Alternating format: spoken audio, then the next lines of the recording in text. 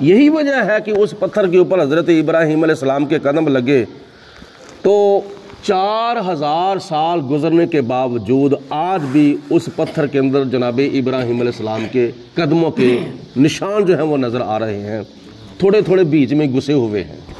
یہ پتھر ہے، پتھر اتنا سخت ہوتا ہے کہ یہ موم نہیں ہوتا، یہ گلتا نہیں، ڈلتا نہیں، چاہے اس کو لوہا ڈالنے والی بٹی کے اندر ہی ڈال دیا جائے، لیکن وہاں بھی جا کے یہ پتھر پتھر ہی رہتا ہے۔ اللہ کے نبی کے قدموں کی برکت یہ ہے کہ اگر پتھر کے اوپر اللہ کے نبی کے قدم آ جائیں تو اس پتھر کو خدا تعالیٰ پتھر نہیں رہنے دیتا بلکہ موم فرما دیتا ہے۔ حضرت ابراہیم علیہ السلام نے اس پتھر کے اوپر کھڑے ہو کر خانہ کعبے کی دیواروں کو بلند کرنا شروع کر دیا۔ اب اس پتھر کا ایک اور کمال دیکھیں کہ جب دیواروں کو بلند کیا جا رہا تھا اور نیچے سے پتھر بھی پکڑائے جا رہے تھے، دائیں بھی جایا جاتا تھا، بائیں بھی جایا جاتا تھا، اوپر بھی جایا جاتا تھا، نیچے بھی جایا جاتا تھا، لیکن جناب ابراہیم علیہ السلام حکم نہیں فرماتے تھے کہ پتھر اب نیچے چل، پتھر اب اوپر چل، پتھر اب دائیں چل، پتھر اب بائیں چل، حکم نہیں فرماتے تھے۔ دل کے اندر ارادہ ہی پیدا ہوتا تھا کہ اب میں نے جناب اسماعیل علیہ السلام سے پتھر نیچے سے پکڑنا ہے، دل کے اندر ارادہ ہی پیدا ہوا تو پتھر نیچے چلا گیا۔ دل کے اندر ارادہ پیدا ہوا کہ اب میں نے پتھر اوپر جا کے لگانا ہے تو پتھر جو ہے وہ مقام ابراہیم اوپر چلا گیا۔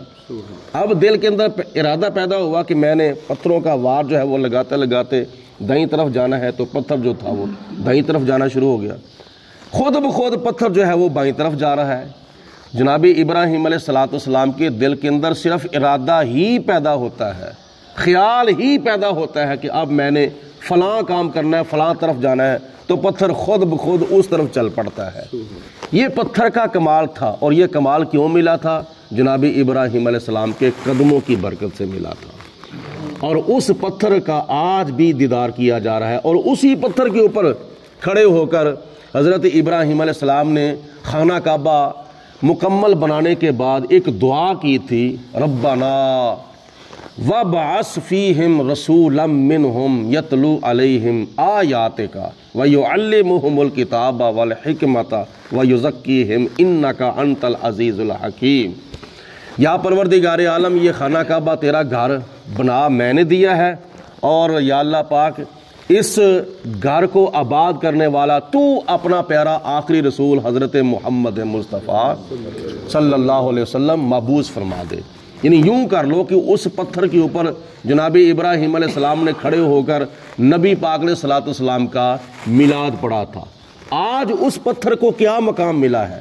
آج ایک تو اس پتھر کی بار بار زیارت ہو رہی ہے، اور ہر کوئی کیا نام ہے لائنوں میں لگتا ہے یا ایڑیاں اٹھا اٹھا کر اس پتھر کا دیدار کرتا ہے۔ پہلے نہیں کیا، پہلے چکر میں بھی کیا ہے، لیکن حاجی کی کوشش ہوتی ہے کہ میں دوسرے چکر کے اندر بھی اس کا دیدار کروں، تیسرے چکر کے اندر بھی، چوتھے، پانچویں، چھٹے، ساتویں، ہر چکر میں اس پتھر کا دیدار کروں۔ بار بار دیدار کیوں کیا جاتا ہے؟ اس لیے کہ جناب ابراہیم علیہ السلام کے قدموں کی برکت ہے۔ اور دوسرے نمبر پر اس کو یہ مقام ملا کہ اس پتھر کو پھر صحن کے اندر نصب کر دیا گیا۔ اللہ پاک نے قرآن پاک میں اس کی شان بیان فرمائی، وَاتَّخِذُوا مِن مَّقَامِ إِبْرَاهِيمَ مُصَلًّى۔ اے حاجیو، خانہ کعبے کا طواف کرنے کے بعد اس پتھر کے پاس آ کر اللہ تعالیٰ کی بارگاہ میں اپنا سر جھکا لو، 2 نفل پڑھو، وَاتَّخِذُوا مِن مَّقَامِ إِبْرَاهِيمَ مُصَلًّى۔ اس پتھر کو جائے نماز بناؤ، اس پتھر کے پیچھے، اس پتھر کے دائیں بائیں، اس کے پاس آگے نہیں، صرف پیچھے پیچھے یا دائیں بائیں جہاں کہیں بھی آپ کو جگہ ملتی ہے 2 نفل ادا کرو۔